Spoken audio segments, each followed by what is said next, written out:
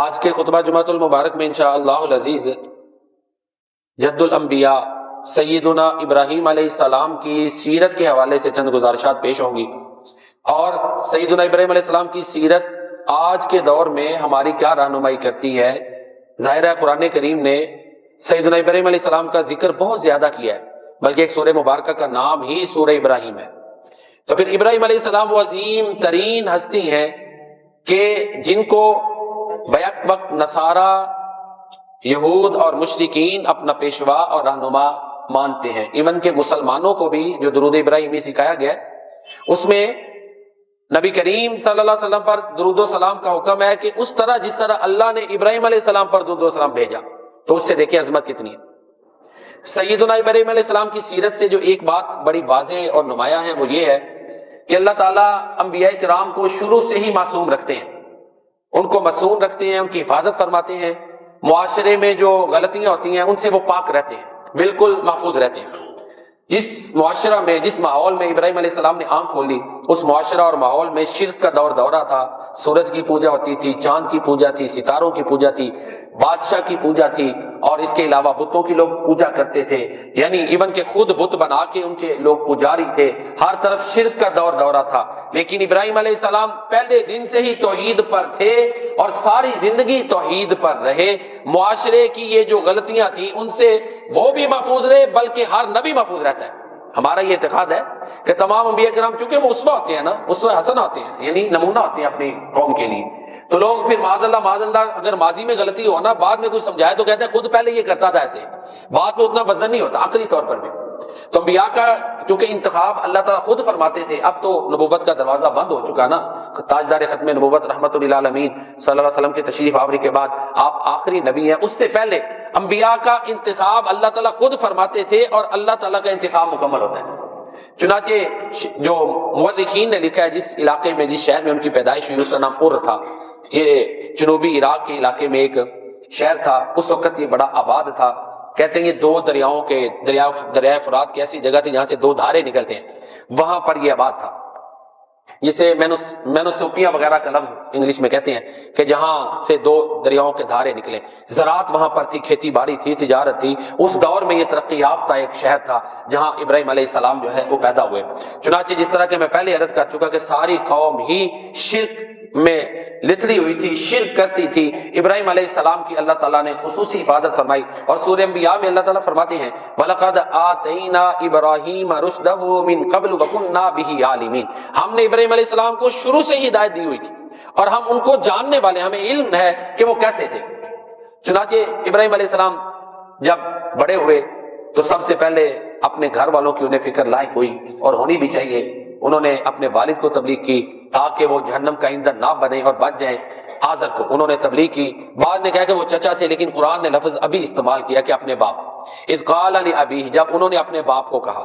اب کچھ نے تعویل کی ہے چچا تھے، بہرحال قرآن نے جو بیان کیا ہم اسی ساری لفظوں پہ بیان کر رہے ہیں، حقیقت اللہ تعالیٰ جانتے ہیں۔ تو سورہ ابراہیم میں، سورہ مریم میں اللہ تعالیٰ نے حضرت ابراہیم علیہ السلام نے جو اپنے والد کو تبلیغ کی وہ قرآن بنا دیا۔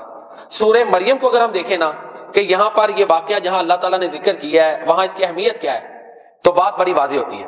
دیکھیں سورہ مریم مکی ہے، ہجرت سے پہلے نازل ہوئی، اور یہ اس وقت نازل ہوئی جب مسلمان مکہ مکرمہ چھوڑ کے حبشہ ہجرت کر کے گئے تھے، اور یہ پہلا موقع تھا کہ مسلمانوں کا عیسائیوں کے ساتھ ایک انٹریکشن ہوا، ٹھیک ہے، کیونکہ وہاں حبشہ کا جو بادشاہ نجاشی تھا وہ عیسائی تھا، اس نے مسلمانوں کو پناہ دی۔ چنانچہ سورہ مریم میں جو آپ کو میجر تھیم نظر آتے ہیں، بڑے مضامین، وہ عیسائیوں میں جو شرک ہے اس کا رد ہے، اور مشرکین مکہ جو اپنے آپ کو ابراہیم علیہ السلام کا فالوور کہتے تھے اس کا رد ہے، اور ساتھ ہی شرک کی بھرپور مذمت ہے کہ اللہ کی اولاد نہیں، اور ساتھ ساتھ عقیدہ آخرت اور نیکی کے کاموں کو پروان چڑھا گیا۔ یہ چار بڑے مضامین ہیں جو سورہ مریم کے۔ تو ہم دیکھیں نا، شروع میں حضرت جعفر طیار نے جو تقریر کی نجاشی کے دربار میں، اس میں سورہ مریم کی آیتیں پڑھی۔ حضرت عیسیٰ علیہ السلام کی معجزانہ جو ولادت ہے اس کا بیان ہے سورہ مریم۔ وہ سارا کچھ اللہ تعالیٰ نے بیان کرنے کے بعد حضرت عیسیٰ علیہ السلام کے جو کلمات ہیں، وہ جو اصل اس کا مقصد ہے واقعہ کو ذکر کرنے کا، وہ ذکر کیے۔ تو کیا کہا تھا عیسیٰ علیہ السلام نے؟ انہوں نے بچپن میں کلام کیا، عیسیٰ علیہ السلام بغیر باپ کے پیدا ہوئے۔ کہا کیا؟ ان اللہ ربی و ربکم فاعبدوہ، بے شک اللہ میرا اور تمہارا رب ہے، لہذا تم اس کی عبادت کرو۔ ھذا صراط مستقیم، یہ مقصد تھا عیسیٰ علیہ السلام کا واقعہ ذکر کرنے کا کہ یہ سیدھا راستہ ہے دعوت توحید، کہ عیسیٰ نہ کوئی اللہ ہے، نہ اللہ کے بیٹے ہیں، نہ تین الہوں میں سے وہ ایک الہ ہیں، نہ ان کے پاس وہ الہی طاقتیں جو خاص وہ ہیں۔ عیسائیوں کے جو بڑے فرقے ہیں نا وہ تقریباً ان میں یہی چیزیں ہیں، کیتھولک ہے، پروٹسٹنٹ ہے یا آرتھوڈاکس ہے، یہ بڑے ان کے تین، آگے ان کی سب ریلیجنز ہیں، نصارہ کے جو فرقے بڑے ہیں، ان میں جو اکثریت میں مذہب ہے وہ یہی ہے۔ کوئی کہتے ہیں عیسیٰ اللہ کے بیٹے ہیں، کوئی کہتے ہیں تین میں سے تین ہے، کوئی کہتے ہیں خدا ہے۔ تو اس کا رد ہے کہ عیسیٰ علیہ السلام نے تو کہا کہ بے شک اللہ میرا بھی رب ہے اور تمہارا بھی رب ہے، ھذا صراط مستقیم، یہی سیدھا راستہ ہے۔ عیسیٰ علیہ السلام کی دعوت دی، نصارہ کو توحید کا درس دیا، آگے اس کے ساتھ یہ ابراہیم علیہ السلام کا واقعہ ذکر کیا ہے سورہ مریم میں اللہ تعالیٰ۔ اللہ اکبر۔ تو اللہ تعالیٰ فرماتے ہیں وَاذْكُرْ فِي الْكِتَابِ ابراہیم، اور اے نبی ابراہیم علیہ السلام کا کتاب میں ذکر کرو، اِنَّهُ كَانَ صِدِّيقًا نَبِيًّا، بے شک وہ بڑے سچے نبی تھے۔ اب یہ تعریفی کلمات بیان کرنے کے بعد پھر ابراہیم علیہ السلام کا جو اپنے والد محترم کے ساتھ ایک ڈائلاگ ہے، مکالمہ ہے، جو گفتگو ہے، اللہ نے وہ قرآن بنا دی۔ سٹارٹ کہاں سے لیا؟ اذ قال لأبیہ یا ابتی، جب ابراہیم علیہ السلام نے اپنے باپ کو کہا کہ اے پیارے ابا جان، یعنی انداز خطاب میں ادب ہے۔ تو چونکہ دو چیزیں تھی، ایک تو وہ دعوت دینے والے تھے نا، دائی، ظاہر ہے جس کو دعوت دینی ہے وہ غلطی پر ہے تو سمجھانا ہے نا، اور دوسرا ان کے والد تھے، ان کا مقام اونچا تھا، والد تھے نا، والد بحثیت والد بڑے تھے۔ تو ابراہیم علیہ السلام نے، باقی مرتبے میں تو ظاہر ہے ابراہیم علیہ السلام نبی ہیں، ان کا مقام یعنی بطور والد وہ بڑے تھے، بس یہ۔ باقی ابراہیم علیہ السلام تو نبی ہے نا، نبیوں کے مقام کو تو نہیں کوئی پہنچ سکتا، والد بھی اس درجے میں نبی کے مقام کو نہیں پہنچ سکتا۔ محمد کریم صلی اللہ علیہ وسلم کائنات کے سب سے افضل ہے، ٹھیک ہے، آپ کے والد عبداللہ آمینہ ہے، لیکن آپ کا مقام کائنات میں اللہ کے بعد سب سے افضل ہے۔ تو نبیوں کے مقام اللہ تعالیٰ کی مخلوقات میں سب سے زیادہ ہوتے ہیں، سب سے افضل ہے۔ اور بہرحال ابراہیم علیہ السلام نے والد محترم کو، اپنے والد کو احترام سے مخاطب کیا، یا ابتی، پھر سوال کیا لم تعبد ما لا يسمع ولا يبصر ولا يغني عنك شيئا، جو نہ سن سکتا ہے نہ دیکھ سکتا ہے اور نہ آپ کو کوئی کام آ سکتا ہے، آپ اس کی کیوں عبادت کرتے ہیں؟ دیکھیں نا، ایک کے سامنے ایک بندہ کبھی سجدے کر رہا ہے، کبھی کوئی عمل کر رہا ہے اور وہ دیکھ ہی نہیں رہا، تو فائدہ پھر کوئی فائدہ نہیں نا۔ جب بت کے سامنے کبھی کوئی وہ عبادت کا عمل کرتے ہیں جسمانی، تو بت تو دیکھ ہی نہیں رہا، تو فائدہ کیا ہوا؟ یہی سوال ابراہیم علیہ السلام نے اپنے والد سے کیا۔ اور ظاہر ہے جب عبادت کرتے ہیں تو اس کی تعریفیں بھی کرتے ہیں، معبود کی کرتے ہیں نا، اپنی حاجتیں بھی پیش کرتے ہیں، تو وہ سنتا ہی نہیں۔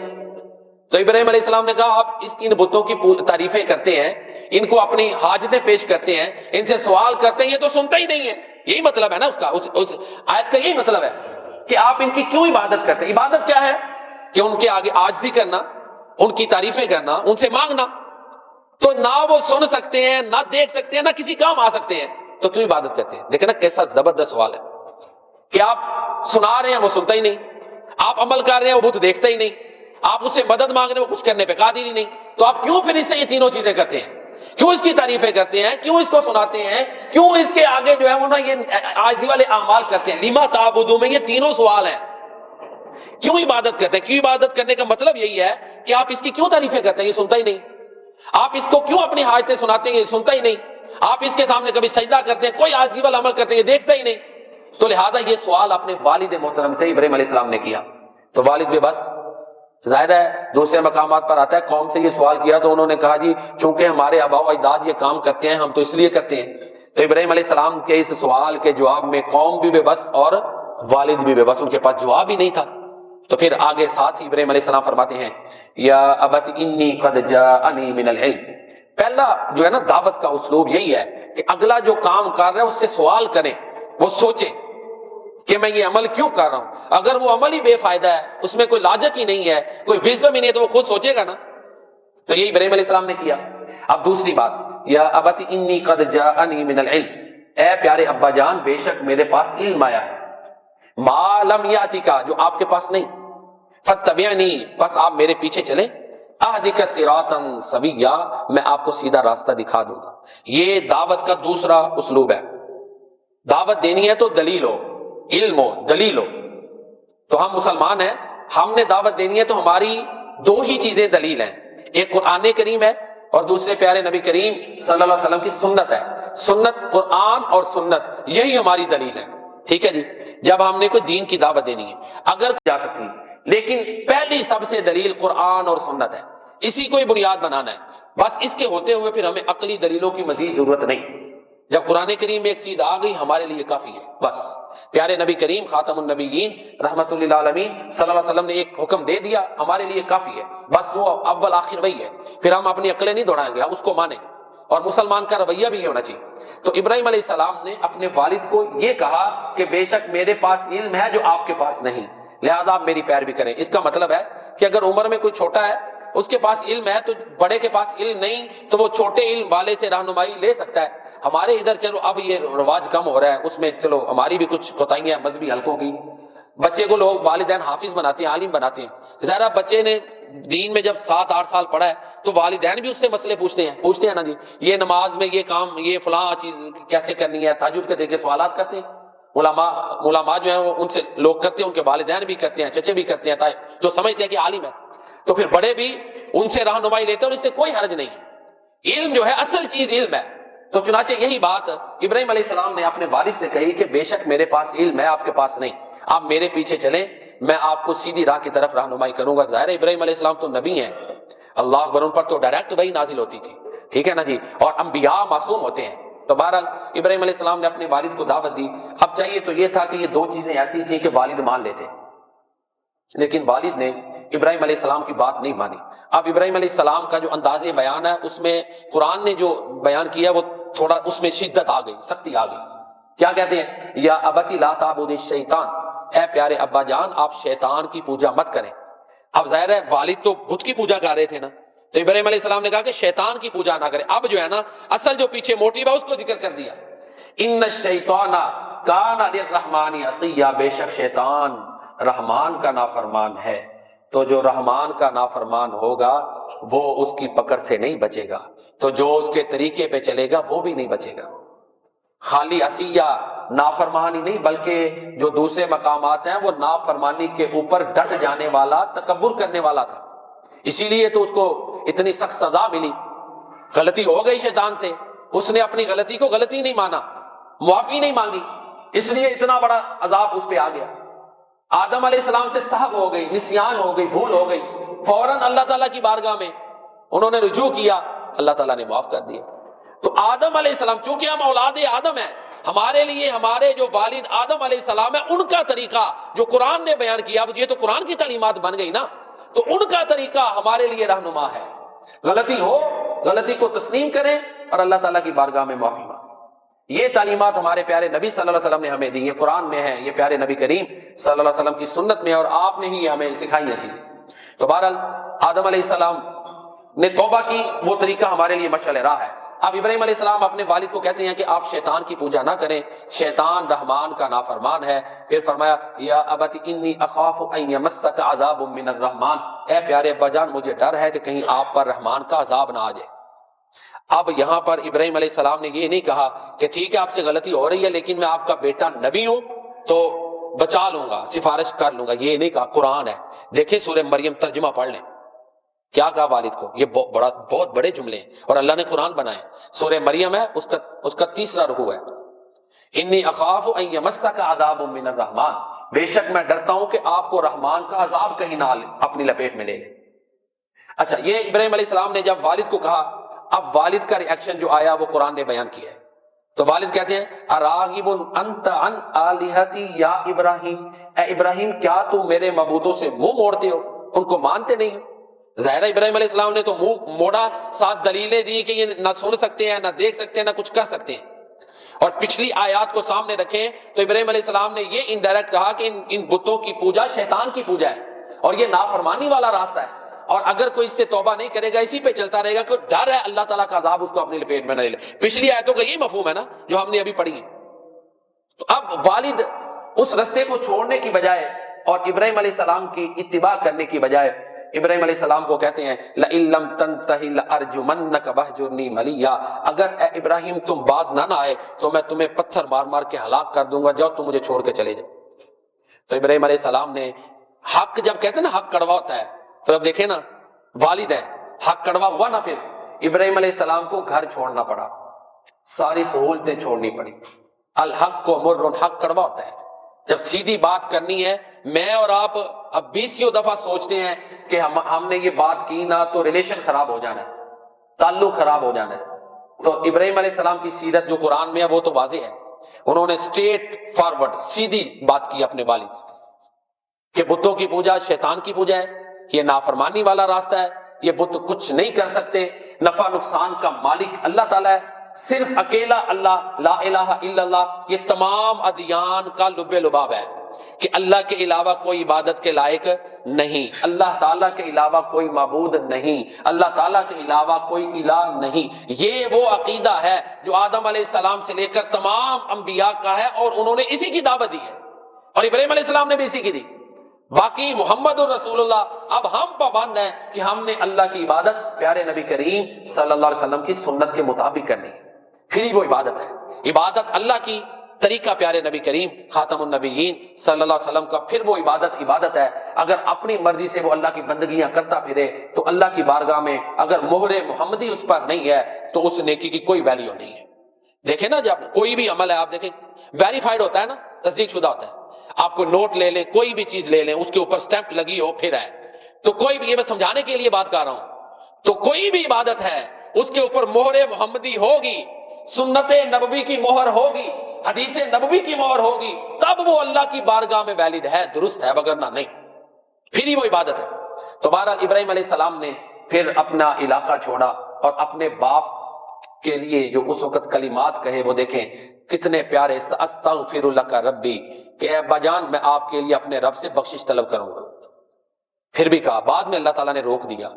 اور آپ دیکھیں ربی جالنی ہے نا، اس میں بھی کیا ہے، ربنا اغفر لی ولی والدی، والدین کے لیے دعائیں کی۔ ابراہیم علیہ السلام کی تعلیمات ہیں، والدین اور اولاد، اپنے لیے دعائیں کی تو اولاد کے لیے بھی، ومن ذریتی، ہے کہ نہیں، میری اولاد کو بھی نمازی بنانا، ربی جالنی میں ہے نا، مقیم الصلاۃ ومن ذریتی۔ اور سورہ بقرہ میں جو ابراہیم علیہ السلام کی دعائیں، یہ ایک الگ ٹاپک ہے، ابراہیم علیہ السلام کی دعائیں جو قرآن میں ہے وہ بھی ہمارے لیے مشعل راہ ہے۔ تو سورہ بقرہ میں جو دعا ہے اس میں بھی کیا ہے، ربنا وجعلنا مسلمین امۃ لک ومن ذریتنا امۃ مسلمۃ لک، کہ میری اولاد میں ایک جماعت اپنی فرما بردار پیدا کرنا، بنانا، اولاد کے لیے دعا ہے۔ اور جب اللہ نے کہا نا کہ اے ابراہیم آپ کو امامت دی ہے تو کیا کہا، ومن ذریتی، یا اللہ میری اولاد کو بھی عطا کرنا۔ اور جو نبی مانگا وہ بھی اپنی اولاد میں سے مانگا، محمد کریم خاتم النبی، ربنا وبعث فیہم رسولا منہم، اللہ اکبر۔ تو یہ دیکھیں ابراہیم علیہ السلام کی سیرت، اپنے لیے دعائیں، اپنے آباء و اجداد کے لیے دعائیں، اپنی اولاد، صرف بیٹے نہیں، نیچے نسلوں تک جو اولاد ہے اس کے لیے دعائیں ابراہیم علیہ السلام نے کی۔ تو سیدنا ابراہیم علیہ السلام، والد، حالانکہ والد نے گھر سے نکالا اور جو ہے نا سخت الفاظ کہے، لیکن گھر چھوڑا تو ساتھ ہی جو ہے نا ابراہیم علیہ السلام نے کیا کیا کہ والد کے لیے بخشش کی دعائیں، اور کہا وَآتَزِلُكُمْ وَمَا تَدْعُونَ مِن دُونِ اللَّهِ وَأَدْعُو رَبِّي، اللہ اکبر۔ یہ اصل دعوت ہے۔ کہا کہ ابا جان آپ کو، آپ کے پورے گروہ کو میں چھوڑتا ہوں، جن کی آپ پوجا کرتے ہیں ان کو بھی چھوڑتا ہوں، وَأَدْعُو رَبِّي، اور اپنے رب سے دعائیں کرتا ہوں، عسیٰ اللہ اکون بدعاء ربی شقیہ، میں اپنے رب سے مانگتا ہوں کبھی محروم نہیں رہا، وہ میری دعائیں سنتا ہے۔ یہ ابراہیم علیہ السلام کا اعتقاد، یقین، توکل ہے کہ گھر چھوڑتے وقت جب مستقبل کا کوئی پلان نہیں تھا، کوئی منصوبہ نہیں تھا کہ کہاں جانا ہے، کیا حالات ہیں، تو اس وقت ابراہیم علیہ السلام نے یہ کلمات کہے، اپنا ایمان ظاہر کیا۔ یہ صرف زبان سے کلمات نہیں ہیں، دل کے اعتقاد و ایقان اور یقین کا زبان سے اظہار ہے جو ابراہیم علیہ السلام نے کیا۔ تو پھر اللہ فرماتے ہیں، اللہ اکبر، جب ابراہیم نے انہیں چھوڑا نا، اپنے علاقے کو، اپنے اس آباء و اجداد کو، اپنے ان رشتہ داروں کو جو بتوں کے پجاری تھے، تو پھر اللہ نے بھی انعامات کی بارش کر دی۔ اللہ فرماتے ہیں ہم نے انہیں ابراہیم کو اسماعیل، اسحاق اور یعقوب یہ عطا کیے ہیں، اللہ اکبر۔ اللہ نے اولاد، نبی اولاد ہیں، انبیاء اولاد کی شکل میں عطا کی۔ وَهَبْنَا لَهُ إِسْحَاقَ وَيَعْقُوبَ، اس سے یاد ہے فَلَمَّا اعْتَزَلَهُمْ، جب ابراہیم نے اللہ کے لیے ان سب کو چھوڑا تو وَهَبْنَا لَهُ إِسْحَاقَ وَيَعْقُوبَ، ہم نے اسحاق اور یعقوب دیے،